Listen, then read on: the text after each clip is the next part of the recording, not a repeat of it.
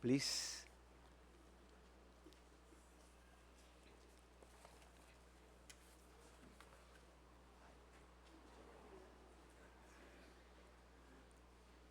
Dios les bendiga, hermanos, amigos, conocidos, visitas en esta mañana. Dios es bueno. Dios es grande en su misericordia. Y es cierto que, muy cierto, que su fidelidad nos sigue persiguiendo. Cada día, cada instante. Padre, eres bueno y tu misericordia es para siempre. Y en esta mañana levantamos una vez más nuestras voces delante de ti, no solamente con cánticos de alabanza, Señor, sino con súplica y gratitud. Gracias que nos has dado tu palabra, oh Dios. Gracias que nos llamas desde ella, nos aconsejas, nos enseñas. Y es mi oración que en esta mañana tú nos concedas a cada uno, incluyendo al predicador, ver, Señor, cada oportunidad que tú nos concedes para exaltarte, para bendecirte, oh Dios. Muy en especial, que se haga patente por obra de tu Santo Espíritu, Padre amado, tu llamado y la oportunidad que en este día tienes preparada, no solamente para considerarla, sino para responder a ella, Padre amado, antes que el tiempo pase y tu venida llegue y ya el tiempo se haya acabado para el arrepentimiento. Tu palabra es buena y pido que me dirijas en predicarla en esta mañana. Señor, me sostengas y me ayudes a compartir este mensaje como de parte tuya para la iglesia. En el nombre de Jesús. Amén y amén. Ahora tengo tres. Ok, gracias. Ay, este se oye más fuerte todavía, mejor todavía.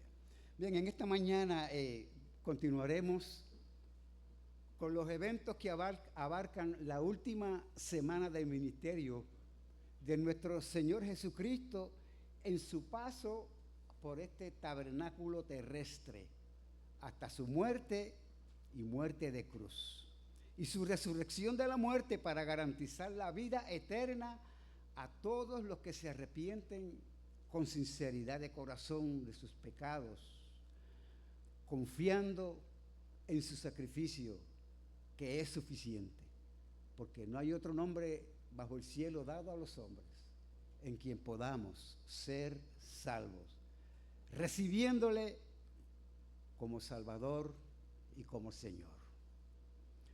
Nuestro pasaje en esta mañana, el tema, el evento, el personaje para hoy, ofrece la evidencia más horrible de la maldad del corazón humano. Esto lo cito de el puritano J.C. Riley. Se trataba de Judas, y se trata de Judas Iscariote.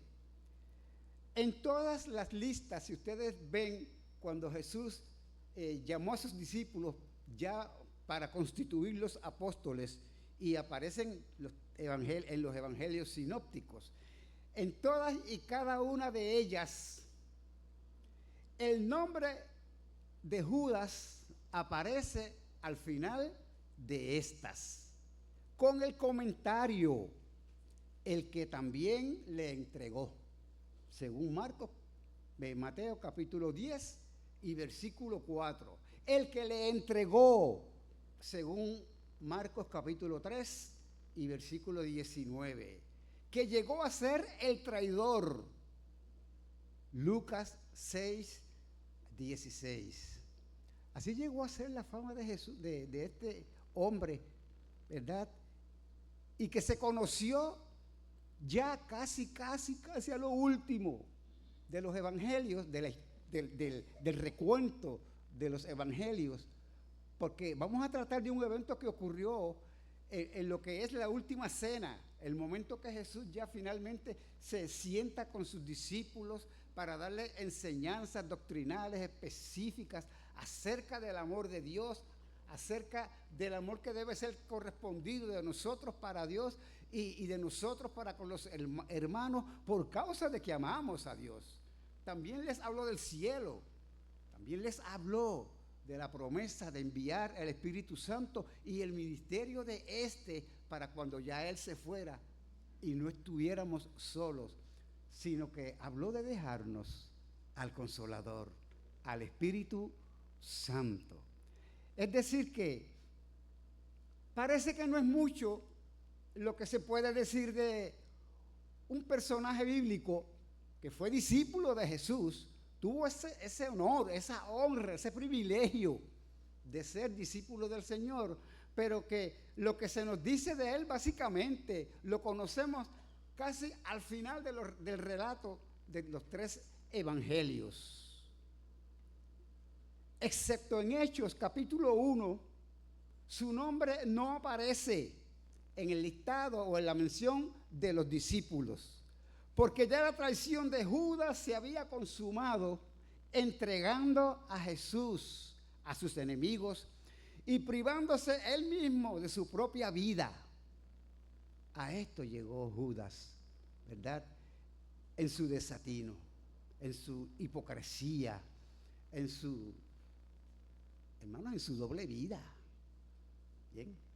En su secreto de hombre que estuvo muy cerca, tan cerca de Dios como los otros discípulos, y que en ningún momento respondió a las enseñanzas, al ejemplo, al testimonio que oyó de Jesús, como lo oyeron los demás discípulos que con él estuvieron. Como les dije, este escenario en esta mañana tiene a Jesús con sus discípulos en Jerusalén, más específicamente en la cena del aposento alto. Lo concerniente a la institución de la cena del Señor y al lavado de los pies de los discípulos, que solo se detalla en Juan, en el Evangelio de Juan, lo tomaré como ilustración al privilegio que tuvo Judas en sus manos, las oportunidades que tuvo y la connotación de su traición contra Jesús.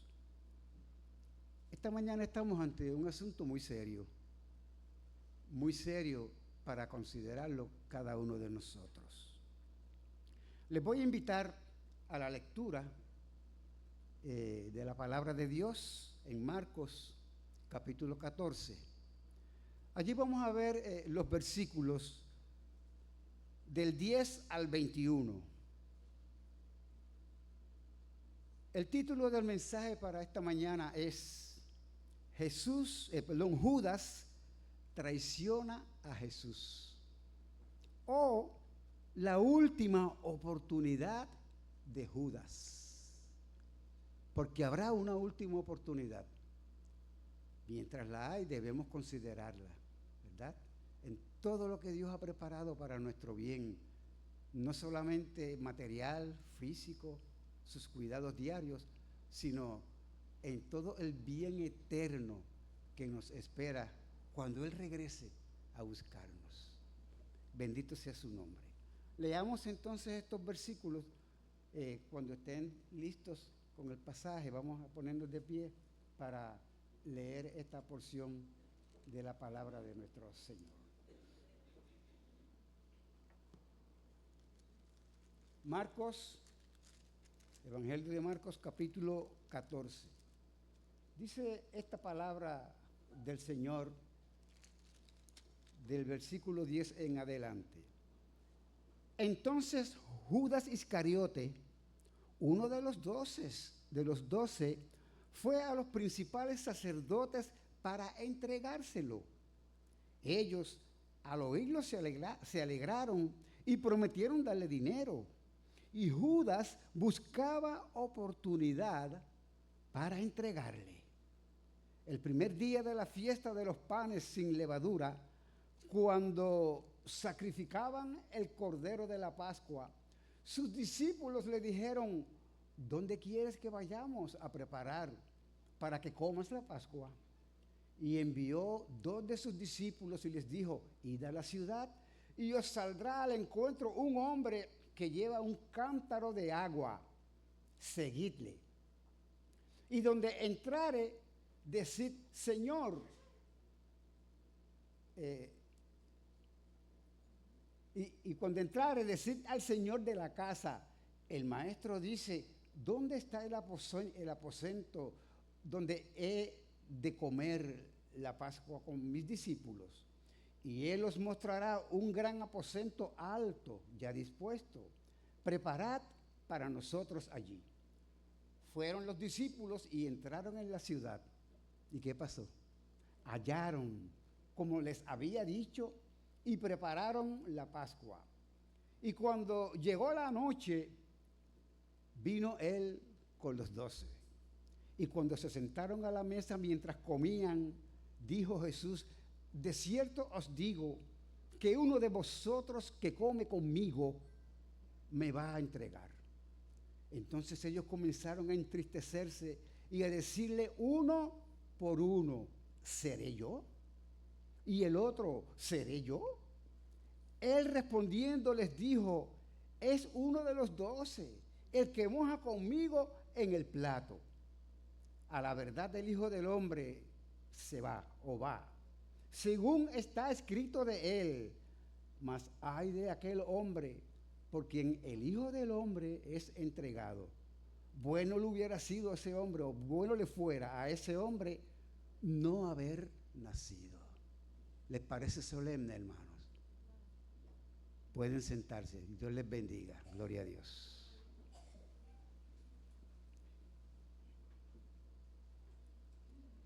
Tres puntos a considerar en este pasaje para tener una dirección y una guía.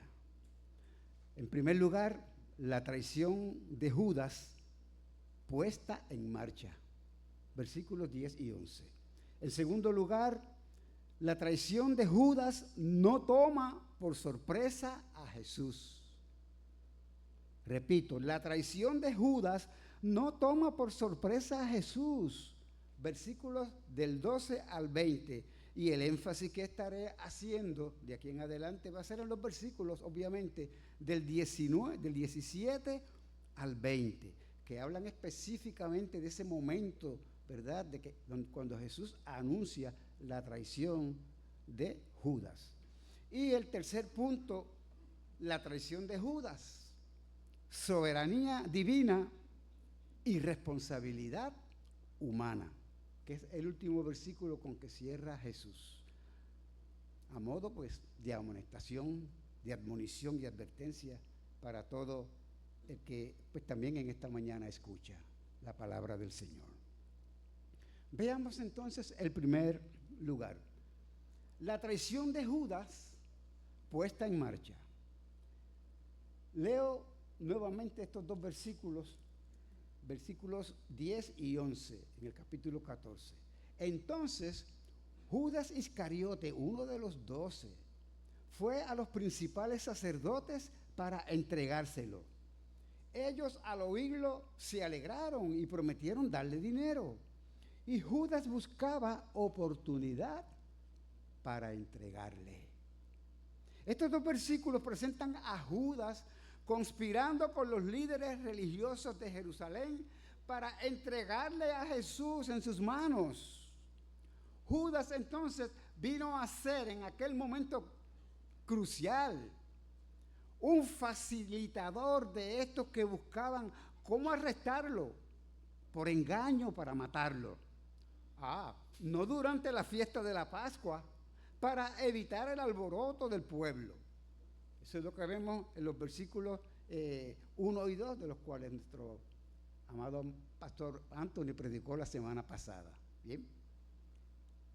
Podemos descubrir cómo era el corazón de Judas, quien, lejos de aprovechar la oportunidad de reflexionar en su descontento, en su desencanto por el Mesías, por Jesús, y estimar en vez de esto su compañerismo por 3 años y medio, y desistir de sus intenciones, buscaba la oportunidad para entregarle. En vez de buscar la oportunidad, ¿verdad?, para adorarlo, para estar con Él, para no causar un espíritu dolido, ¿verdad?, en lo último, lo profundo del corazón de nuestro Señor, lo que procuraba era la oportunidad para entregarle. Judas se desencantó con Jesús porque sus aspiraciones acerca de él como líder, como un líder que traería la liberación del yugo político de los romanos, o sea, esperaba él también, como la mayoría de los judíos, un Mesías guerrero, un militante. Pues todo eso se vino abajo. Se veían frustradas esas expectativas, esa ambición que él tenía. Su ambición entonces de ocupar un lugar de prestigio en el nuevo régimen que traería Jesús, y su corazón avaro del dinero era lo que le estaba quedando a Judas en aquel momento. Lidiaba con todo ese desencanto. Procuraba entonces, ¿verdad? El enemigo se aprovechó, porque en un momento específico dice la palabra que el diablo entró en él. Mientras tanto, el diablo lo rondaba, ¿verdad?, con esas insinuaciones. Pero mira, ¿cómo es esto? Mira qué desencanto, no vale la pena, ¿verdad? Y en vez de valorar todo lo que Jesús era, por lo que él mismo había visto, estaba buscando cómo entregarle. Se sentía herido en lo profundo. Tengamos cuidado cuando venga un desencanto, porque van a venir. Van a venir opiniones, van a venir consejos, van a venir situaciones críticas, etcétera, que como creyentes nos podrían desencantar. Ya aquí los hermanos no me quieren. Mira, han dejado de querernos. Aquí ya no está, el primer amor de Jesús ya no está aquí. Y entonces el enemigo comienza a urdir una trama, ¿verdad?, de descontento, de amargura en el corazón de los que debiéramos ser mucho más humildes de lo que a veces somos. Y el enemigo entonces sigue, después que mira la presa, le pone el ojo, comienza a ajustar la mirilla, ¿verdad?, hasta que da el golpe final. Bueno, hermanos, Judas fue un hombre de privilegios. Al igual que los otros discípulos, como ya lo mencioné, Judas fue escogido por Jesús para estar con él. Hermano, Judas comisionó a los discípulos, a los 12. Judas era uno de ellos. Lo comisionó para que predicara el evangelio. Le concedió autoridad y poder para sanar y para echar fuera demonios y sanar enfermedades. Todo este privilegio lo tuvo Judas. Lo aprovechó, aunque predicó. Lo aprovechó, aunque de seguro con los demás discípulos hizo sanidades, porque en otro momento Jesús los volvió a mandar a ellos y vinieron todos muy contentos, ¿verdad?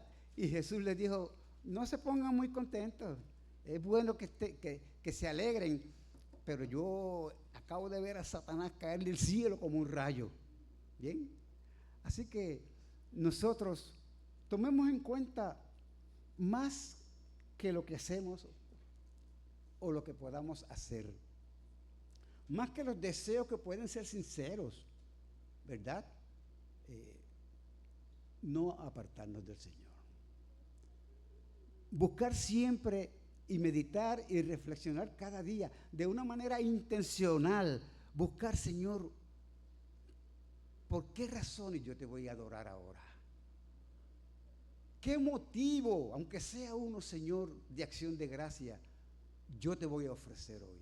Y eso es lo mínimo, porque cuanto más cerca estamos de la bondad de Dios, del corazón de Dios, más motivos deberíamos tener. Se nos debería hacer ya no algo como un ejercicio forzoso, sino como una expresión natural de nuestros corazones. Adorar a aquel cuya fidelidad no nos deja, no se aparta de nosotros. Su presencia irá con nosotros. Y así lo hace Jesús, así lo hace Dios, y nos da testimonio por su Santo Espíritu que así es. Son muchas las veces las que nos sorprendemos, en vez de una manera natural, dar gracias a Dios. Practiquemos, esforcémonos si es necesario en cultivar una cercanía con nuestro Señor y con nuestro Dios.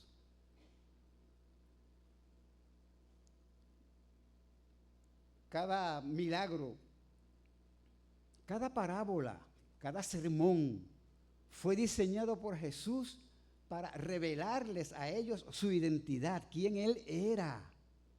¿Y qué sucedió? 11 de ellos tomaron el mensaje y lo hicieron suyo.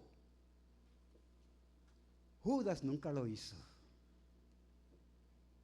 ¿Se dan cuenta?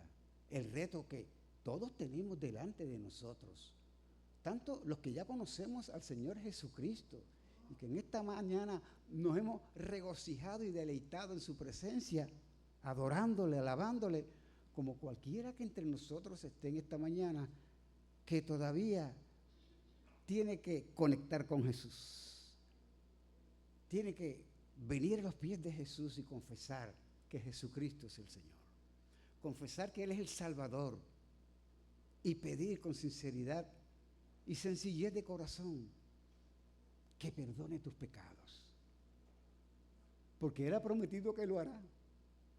Hay una responsabilidad que es tuya, como lo fue mía, cuando el Señor, por su palabra, me llamó a esta oportunidad de que mi vida fuera una vida diferente, una vida cambiada, como es la vida diferente en toda aquella que nace de nuevo, que nace del Espíritu de Dios por creer y confesar a Jesucristo e invocarle con el corazón y con la boca de que Él es el Señor y Salvador.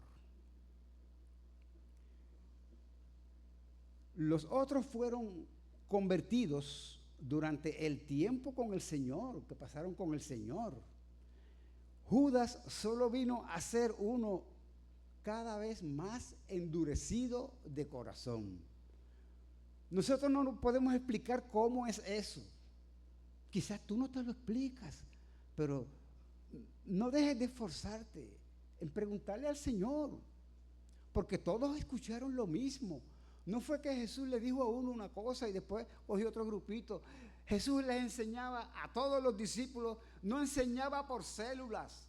A todos les enseñó aquellas cosas que eran importantes y de valor para el bien de sus almas y para que cuando Jesús ya no estuviera, pudieran ellos ser, ¿verdad?, las voces que pregonarían este evangelio santo y glorioso de nuestro Señor y Salvador Jesucristo. El pastor John MacArthur, y cito de Alan Card, pastor de quien estuve estudiando para la predicación, que nos recuerda que Judas y su vida nos enseñan dos verdades básicas. En primer lugar, que es posible estar cerca de Jesús y asociarse con Él íntimamente y todavía estar endurecido en el pecado. Eso lo enseña este pasaje. Eso lo enseña todo lo que dice la Biblia acerca de Judas. Porque fue un discípulo del Señor. Pero fue todas esas cosas malas que se pueden extraer, ¿verdad? Y a veces no tenemos una respuesta. Pero esa fue la realidad con Judas. Que no sea contigo en esta mañana tampoco. Que abras tu corazón, lo dispongas para que Dios te hable. Oigas su voz. Seas una oveja del Señor, le digas: Señor, tú has prometido que tus ovejas oyen tu voz. No quiero ser un religioso. No quiero practicar cosas que los demás vean. Quiero oír tu voz y seguirte. Ese es el desafío que tenemos todos y cada uno de nosotros en esta mañana. El Señor le dijo a Nicodemo: os es necesario nacer de nuevo. La segunda verdad que enseña, según John MacArthur, este pasaje, la voy a dejar para el final, para más adelante. Es donde cae como anillo al dedo. Pasemos entonces al segundo punto, recordando que la traición de Judas ya estaba en marcha. Lo segundo que podemos decir en esta mañana, ver aquí, es que la traición de Judas no tomó por sorpresa a Jesús. Versículos del 12 al 20. Voy a leer los versículos entonces del 17 al 20, porque lo que está anterior, pues sabemos que eso es una descripción de los preparativos para celebrar, ¿verdad?, en el aposento alto, la cena de paz de la Pascua, que se celebraba en aquellos días y que ellos iban a celebrar en ese lugar. Quiero leer entonces estos versículos de nuevo, del 17 al 20, para que caigamos en tiempo nosotros también.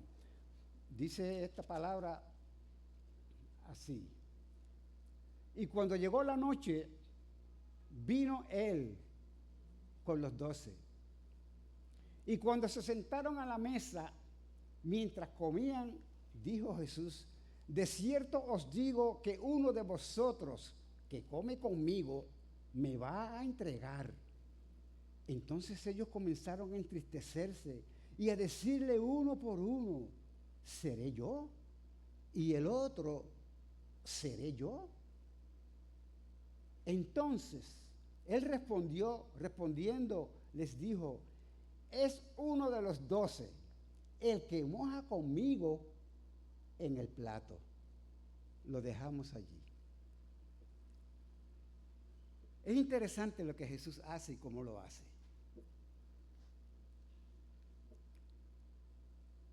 El versículo 18, vuelvo a leerlo de nuevo. Y cuando se sentaron a la mesa, mientras comían, dijo Jesús: de cierto os digo que uno de vosotros que come conmigo me va a entregar. Este es el momento, hermanos, amigos, en esta mañana, en que se devela el telón de la trama tras bastidores que Jesús había estado actuando durante todo ese tiempo junto a los discípulos. Lo que sucede tras bastidores, y a veces nosotros nos creemos que los que están arriba y nosotros abajo son los que vemos, los artistas. Pero detrás hay unas personas que están haciendo correr, están haciendo posible, ¿verdad?, que lo que está pasando a frente, pues pueda suceder sin errores, de una manera coordinada. Algunos quizás están tras bastidores releyendo, repasando el argumento que tienen que decir. Pero eso está ocurriendo ¿dónde? Detrás de los bastidores. Solamente nosotros los espectadores vemos lo que está sucediendo al frente. ¿Bien? Los discípulos se entristecieron pensando cada uno en ellos mismos, porque se había develado el telón. Y ellos se preguntaban a esta pregunta y se la hacían a Jesús: ¿seré yo? Y el otro: ¿seré yo? Tan excelentemente había desempeñado su papel hipócrita Judas, que ninguno de los discípulos sospechaba de él. En aquel momento, todos se volvieron hacia sí mismos. Ninguno dijo: es Judas, porque se preguntaban por ellos mismos. Judas fue un tremendo actor, definitivamente. El más grande de los hipócritas que estuvo con Jesús y que caminó con Jesús todo ese tiempo. Él era exactamente como eran los otros 11. Todos lo veían de igual manera, haciendo las mismas cosas, caminando con Jesús. Pero Jesús veía lo que ellos no ven. ¿Ven? Solamente Jesús lo sabía. El que había visto a Natanael debajo de la higuera, antes de que Felipe lo presentara a Jesús, en aquellos primeros días cuando Jesús estaba reuniendo, se destapó públicamente como, ¿verdad? Después del bautismo, etcétera, se comenzó su ministerio público y comenzaron los discípulos, los interesados a aparecer y Jesús a juntarlos. Pues este Felipe trajo a Natanael, pero antes de conocer a Jesús, ¿sabría Judas de sus maquinaciones? ¿Cómo sabía Jesús, en primer lugar? ¿Cómo sabía Jesús que aquel hombre que fue a buscar Felipe se llamaba Natanael y que estaba allí reposando debajo de una higuera? Solo lo vio Jesús, a lo lejos. La pregunta es entonces, ¿sabría el Señor de Judas y de sus maquinaciones? De cierto os digo que uno de vosotros que come conmigo me va a entregar. Eso es omnisciencia de Dios. Wow, qué telón se nos estaba delante de nosotros. Comienzan las nubes a juntarse y comienzan los relámpagos a hacer sus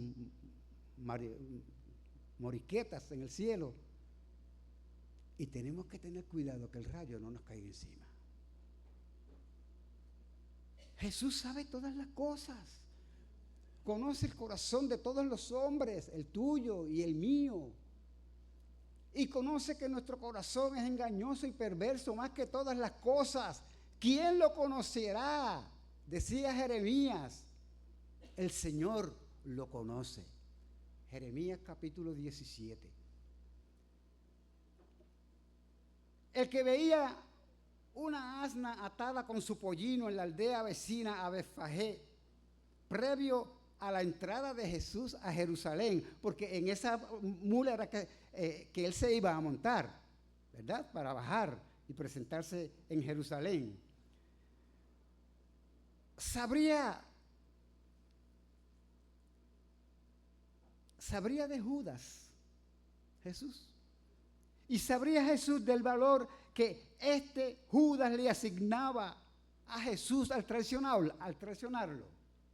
No solamente lo traicionó, sino que demostró, y una connotación clara de negar a Jesús, de entregarlo, de traicionarlo, es la medida de cómo lo estamos valorando. ¿Cuánto estamos dispuestos a dar por él? a costa de un beneficio personal.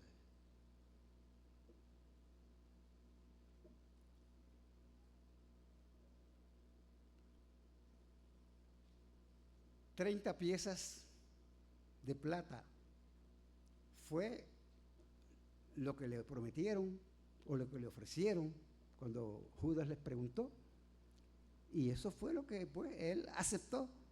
30 monedas de plata, que era el equivalente en la ley de Moisés, asignado como precio por un esclavo. Eso era lo que se pagaba por un esclavo en aquellos tiempos.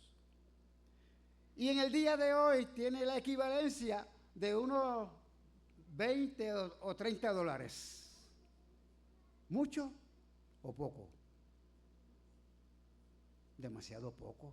Hay quien paga $500, $1,000 por ver a Bad Bunny, aunque tengan que sentarse en lo último. Jesús valía más o menos 25 o 30 dólares, ¿verdad? Y los aceptó. Ese era el valor que él le había asignado a Jesús, a aquel que tiene todo el valor del mundo, todo el valor del universo, porque por él, para él y en él fueron hechas todas las cosas, y todas le pertenecen, son suyas. Dios no le debe nada a nadie, todo es suyo. Así de inmensamente rico es Dios y su Hijo, el Señor Jesucristo, que vino a mostrarnos su gloria y las riquezas de su gracia al morir por nosotros en la cruz del Calvario. En el día de hoy la gente vende a Jesús por menos que eso. La juventud traiciona a Jesús por unos pocos momentos de placer con una novia o novio. La gente traiciona a Jesús escogiendo su momento de placer, escogiendo la manera de vivir a mi manera. Muchos cantan eso, esa es la canción preferida de muchas personas. ¿Cuál es tu canción preferida? Y sobre todo, si se han dado dos o tres tragos, pues a mi manera. Y la cantan con el karaoke, o la cantan con la bellonera, o la cantan desafinado, como sea, pero a mi manera les encanta. Porque así viven, así les gusta. El yugo de esclavitud no quieren quitárselo. Ven a Jesús, la obra de Jesús, el evangelio, como un yugo que no quieren, porque quieren libertad, pero se esclavizan con aquello que su corazón atesora. Wow. Ese es el libre albedrío que muchas personas, ¿verdad?, sacan bandera, porque quieren tener, ¿verdad?, una razón, una excusa para seguir viviendo a su manera, por la libertad que ellos se adjudican, ¿verdad?, de escoger. Pero qué triste es que nunca escogen al Señor. Escogen lo peor, van de mal en peor, porque son libres para escoger, tienen libre albedrío. Creen. El hombre sin Cristo no puede decidir nada bien, y menos de ribetes eternos. Necesitamos a Jesús para que entonces podamos, no con el libre albedrío que algunos sacan como bandera, sino con decisiones guiadas por Dios en su temor, tomar la mejor partida, que es honrar al Señor, con la promesa de que al que me honra, yo le honro, dice el Señor Jesús.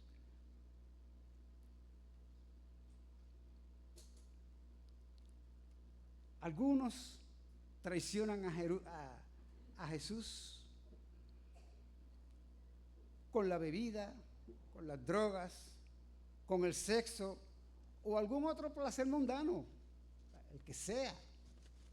¿Bien? No importa lo que sea, con lo que traiciones a Jesús, es nada comparado con el valor de tu vida. Tu vida tiene un valor que tú no te imaginas. Voy a leer en Marcos, varias páginas más para atrás, en el capítulo 8, los versículos 36 y 37. Dice esta palabra del Señor en Marcos 8, 36 y 37. Porque, ¿qué aprovechará al hombre si ganare todo el mundo y perdiere su alma? ¿O qué recompensa dará el hombre por su alma? ¿Cuánto vale tu alma? Tanto que ni tú mismo puedes dar la recompensa que es justa. Porque tú y yo, por este corazón corrompido que heredamos de Adán, no podemos decidir nada bueno. Ni siquiera buscar a Dios, porque no hay quien busque a Dios, dice el pasaje de las Escrituras. Así que Dios por eso envió a Jesús, para que tú reflexiones en el valor que Dios ha asignado a tu vida. Un valor eterno en su presencia. Para eso envió a Jesús, para sacarte de la prisión del pecado y que con libertad verdadera puedas adorar, puedas tomar buenas decisiones, puedas honrar al Señor ya sin tener que hacer un esfuerzo, sin hipocresía, con sinceridad de corazón. Dios le ha asignado ese valor y te da la oportunidad cada vez que tú escuchas el Evangelio, cada vez que escuches del amor de Dios, cada vez que escuches la invitación de venir a Cristo. Pero tristemente muchos no aprovechan la oportunidad. No la dejes pasar tú hoy, que estás aquí, sin el Señor Jesucristo. Los discípulos estaban tristes y de seguro confundidos. Todos habían metido la mano en el plato de lo que hoy es equivalente a una bandeja de aperitivos o de entremeses en una fiestecita familiar o en una gran fiesta. Ponen los piscolabis, ponen los entremeses y todo el que ha ido allí pues mete la mano en el plato. En aquel tiempo era algo así como era como un entry, ¿verdad? Antes de la cena fuerte, ¿bien? Y en este caso era pan mojado en vinagre, hierbas amargas, ¿verdad? Lo mojaban allí y se lo comían. Y esto era algo solemne para ellos, ¿bien? Era algo solemne y eso era lo que Jesús les quería mostrar a cada uno de ellos. Ahora, todos habían metido la mano en el plato, como les dije. A eso ellos habían ido porque estaban en la cena del Señor, invitados por el Señor, siendo el mismo Señor el anfitrión. Ellos tuvieron el privilegio, incluyendo a Judas, de comer aquel día con el Señor Jesucristo, sentados todos a la mesa. Y practicaban algo que era solemne, algo que era muy cuidadoso y que ellos lo manejaban con un cuidado extraordinario.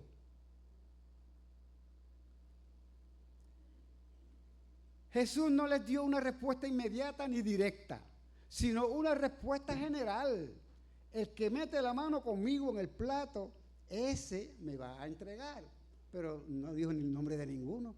Y era, por consecuencia, para todos estar asustados o todos estar preocupados. Soy yo, porque Jesús no dio ningún nombre. ¿Ok? El que mete la mano conmigo en el plato, ese me va a entregar. Mateo 26, versículo 23. ¿Por qué Jesús no fue directo? ¿Por qué Jesús no fue al grano en darle una respuesta a sus discípulos? Jesús quería hacerles ver lo serio de la despreciable traición contra su persona. Fue muy sabia la admonición y el desafío que el apóstol Pablo les escribió a los Corintios en su segunda carta, en el capítulo 13, versículo 5. Examinaos a vosotros mismos si estáis en la fe. Probaos a vosotros mismos. ¿No os conocéis a vosotros mismos que Jesucristo está en vosotros? A menos que estéis reprobados. Él quería que ellos hicieran algo así, que hicieran esa introspección. Y es saludable aún para el mayor de los creyentes aquí, en el sentido de que piensa y cree que está bien con el Señor. Porque justamente eso era lo que Judas creía, que él estaba bien con el Señor, mientras no lo descubrieran. Pero Jesús sabía todo y sabía que Jesús lo iba a que Judas lo iba a entregar. Fíjense todas las cosas que nosotros podemos ver, que están tras bastidores, y que cuando leemos la palabra para arriba, para abajo, la comparamos, la vemos en su contexto, nos damos por enterados. Y que sea para aprovechar la oportunidad que Dios nos quiere mostrar en cualquiera que sea la circunstancia con la cual nosotros lidiamos. Bendito sea su santo nombre. La enormidad del crimen está indicada por el hecho de que para los orientales el compañerismo de una comida era especialmente sagrado, de modo que una acción hostil contra alguien con quien uno comía en la mesa del pan era absolutamente evitable. Hacían todo lo posible por evitar que eso sucediera, porque era un desagravio, era una grande ofensa. Jesús mostraba con lo que hizo que el que le iba a entregar estaba allí con ellos, pero que nunca tuvo, ni aún allí, en ese momento, el compañerismo que gozaban los demás discípulos, entre ellos y con Jesús. Al punto, hermanos, que no fue asunto de que él metiera la mano con Jesús, que coincidieran y que los dos metieran la mano en el plato, ¿verdad? Y sacaran y comieran.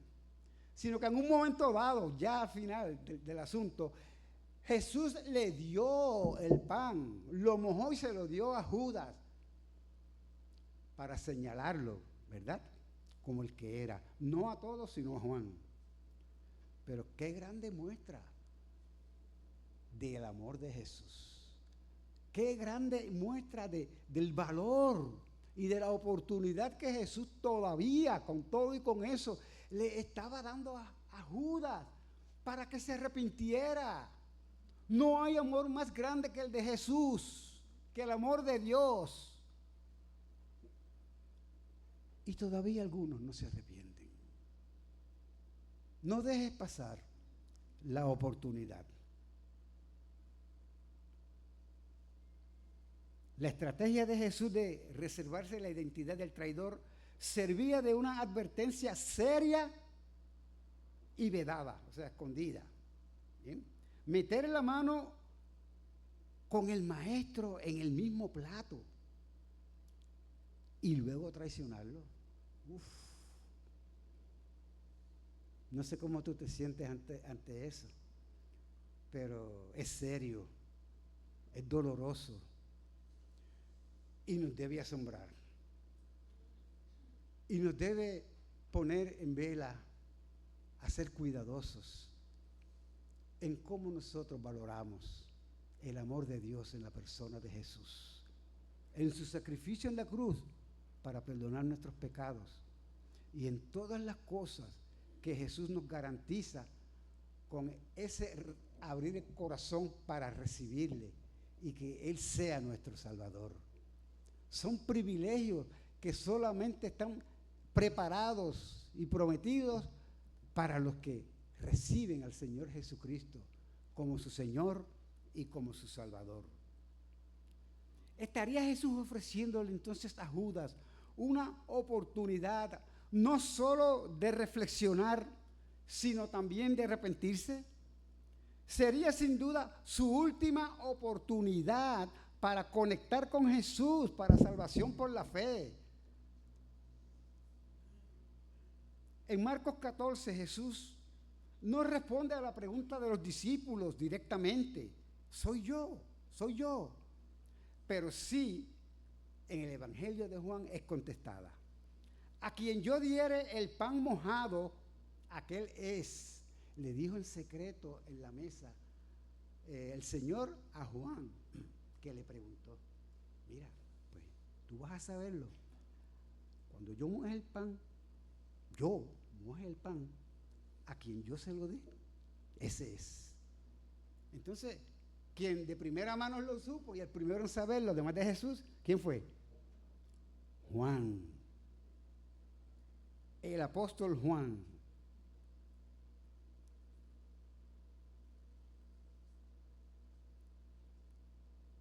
Judas recibió el pan de manos de Jesús y salió del aposento de donde cenaban para entregar a Jesús con su hipocresía despreciable, y lo hizo con un beso. No se arrepintió. Después tuvo remordimiento, no arrepentimiento, y se quitó la vida.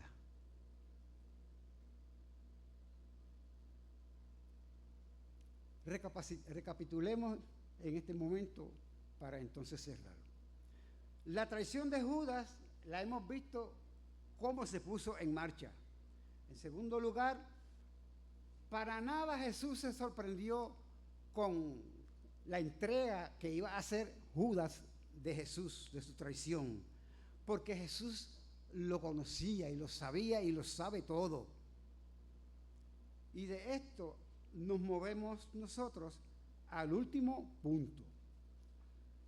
La traición de Judas, soberanía divina y responsabilidad humana.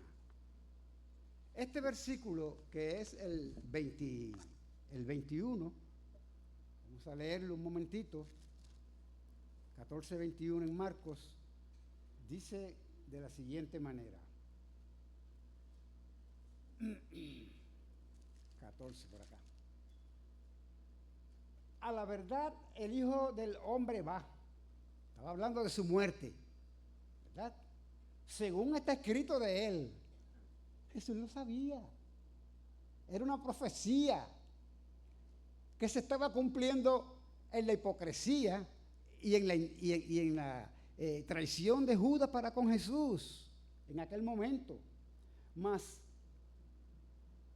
ay de aquel hombre por quien el Hijo del Hombre es entregado.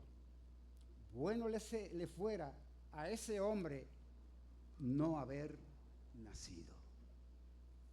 Este versículo afirma claramente la soberanía divina y la responsabilidad humana, y coloca sobre los hombros de Judas, con toda justicia, esa responsabilidad humana que le tocaba con su negación de Jesús. Esto es como un hilo muy difícil de comprender, aunque parezca inclusive fácil de explicar. Pero corren dos vertientes aquí. Ya estaba profetizado, y por eso es que Jesús le dice que él lo sabía, como está escrito, dijo Jesús, que Judas le iba a entregar, porque en varios salmos se hace referencia a Judas, aunque no se menciona su nombre, pero en el cumplimiento con lo que pasa de manera exacta se puede ver que se trataba de Judas. Y a la misma vez vemos entonces Judas le va a entregar. Eso es soberanía de Dios. Dios es soberano para hacerlo. Más fácil todavía, en su soberanía Dios escogió que Judas fuera el traidor, como parte de todo el proceso que se iba a orquestar para que se cumpliera el plan eterno de Dios, de que Jesús muriera por tus pecados y por los míos. Pues entonces, no hay nada que discutir, Dios lo decidió así, eso era parte de su plan. Así como fue parte de su plan enviar a su Hijo, el santo, el justo, a morir por los injustos para llevarnos a Dios, pues también escogió a Judas como el traidor. Y tenía Judas que cumplir su parte, aunque él no lo sabía, para que se cumpliera ese plan perfecto y eterno de Dios. Pero eso no eximía a Judas del castigo que merecía, de que la justicia de Dios sin arrepentimiento cayera sobre él. Justicia divina versus responsabilidad humana. Aquí les doy la segunda enseñanza básica de la cual les hablaba que John MacArthur le estaba dando, ¿verdad? Estaba sacando del pasaje para darnos también a nosotros. Y es la siguiente. Judas es un claro recordatorio de que los propósitos de Dios son seguros, son firmes. No importa lo que alguno quisiera hacer, nunca estorbará el plan del todopoderoso Dios. Dios siempre termina lo que Él ha decretado hacer, no lo deja a medias. Voy a leer un momentito de Isaías 46. Dice esta palabra del Señor en los versículos 10 y 11. Isaías 46. Ok, por allí.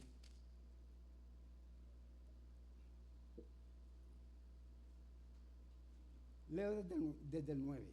Acordaos de las cosas pasadas desde los tiempos antiguos, porque yo soy Dios y no hay otro Dios y nada semejante a mí, que anuncio lo porvenir desde el principio y desde la antigüedad lo que aún no era hecho, que digo, mi consejo permanecerá y haré todo lo que quiero, que llamo desde el oriente al ave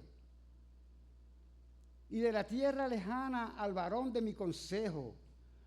Yo hablé y lo haré venir. Lo he pensado y también lo haré. Ese es el Dios de la Biblia, el Dios verdadero, que hace como Él quiere.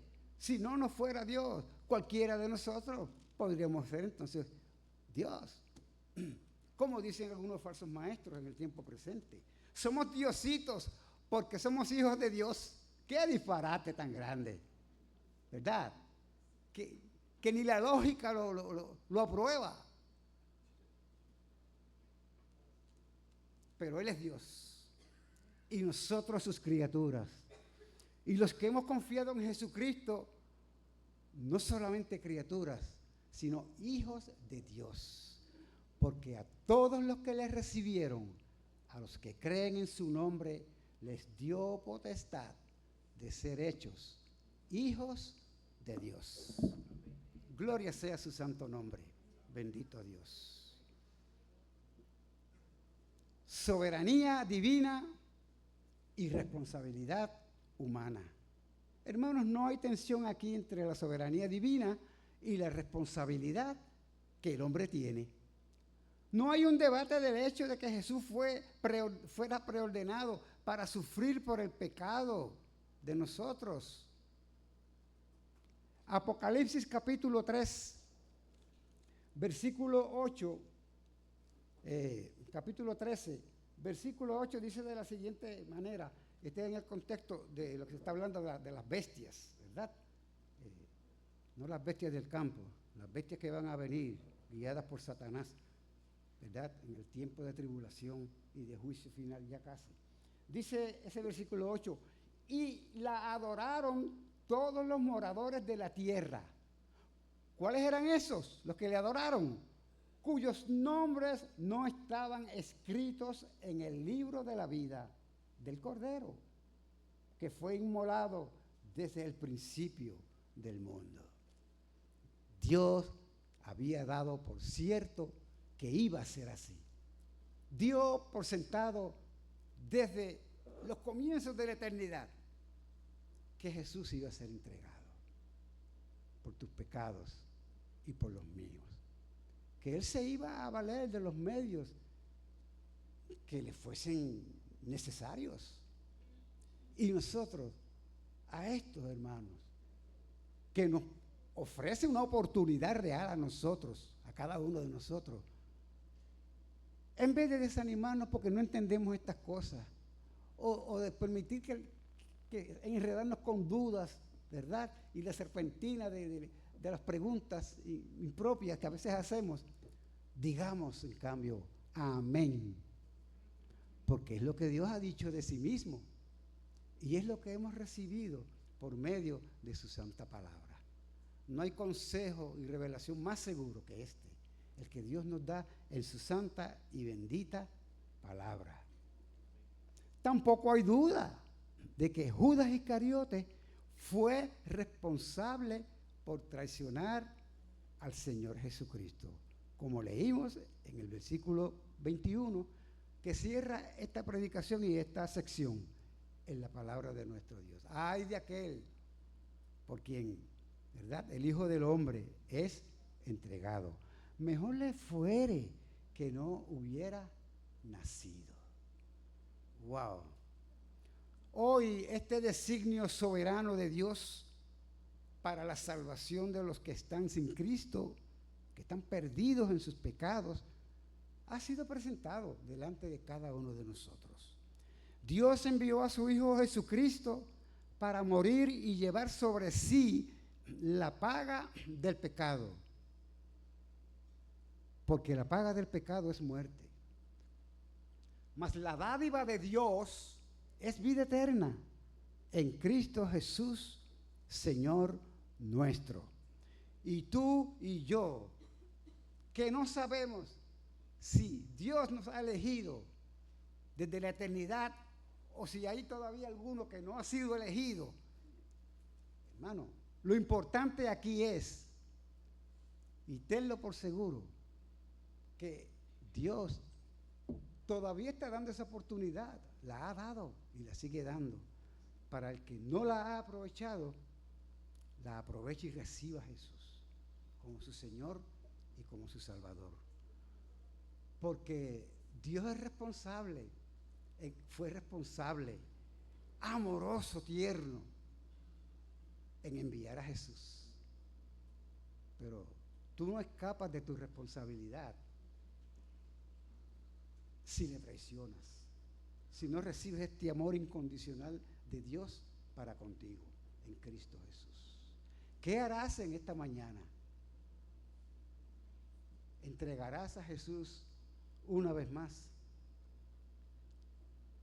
¿Te alejarás de Él ya para que la noche en que pasó esto se puso oscura por fuera, también siga siendo oscura en el interior tuyo?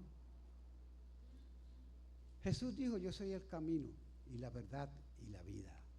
Nadie, absolutamente nadie viene al Padre sino por mí. Y dijo: yo soy la luz del mundo. El que me sigue no andará en tinieblas, sino que tendrá la luz de la vida. ¿Qué oportunidad da Jesús? Una y otra vez, cada vez que predicamos este santo y glorioso evangelio de la salvación. Si tu inquietud se ha despertado, tiene que haber sido por obra del Espíritu Santo, por el consejo de la palabra que hemos visto, no por ninguna otra cosa, no porque haya sido este predicador o aquel otro. Es obra del Espíritu Santo hacer esta obra que comienza con ese espanto que sintieron los discípulos cuando pensaban, creían que pudo haber sido uno de ellos. Si te has medio espantado o te has espantado por completo, dale el crédito a Dios, al Espíritu de Dios, y respóndele, porque es una gran afrenta seguir de largo y desperdiciar la oportunidad de Dios. Tú no sabes si esta va a ser la última. Aprovéchala. Clama a Jesús por tu salvación. Allí donde estás tú lo puedes hacer. No tienes que esperar a llegar a tu casa. Porque de camino para tu casa tantas cosas pueden pasar. Oímos las noticias de los jinetes y los caballos que mueren en la carretera, de los motociclistas que mueren en la carretera, de los que van caminando por una vía oscura y no llegan a su casa. Así está la vida, porque la vida es corta, impredecible. Es lo más seguro que tenemos, la muerte, porque algún día será. Asegúrate entonces en Cristo, para que tengas la seguridad aquí y ahora de la vida eterna y por siempre delante de su presencia, cuando estemos adorándole. Amén. Gracias, Señor. Padre, solo tú puedes abonar a esta obra y culminarla, porque tú eres el Dios que salva. No es potestad del hombre, Señor, sino predicar tu palabra y advertir, Señor, de las consecuencias eternas de traicionar a nuestro Señor, de seguir de largo, de darle la espalda una, otra y otra vez. Ninguno de nosotros podemos jugar a esta ruleta rusa de irnos, porque no sabemos si mañana ya no tendremos esta oportunidad. Habla al corazón de cada uno de los que están aquí sin Cristo, Señor, oh Padre de la gloria, y revélales esta salvación. Les sea en lo interior de su conciencia y corazones audible que tú les llamas, audible que tú les dices: aprovecha esta oferta, aún espero por ti. Padre, en el nombre de Jesús te lo suplicamos. Amén y amén. El Señor les bendiga. Estamos entonces en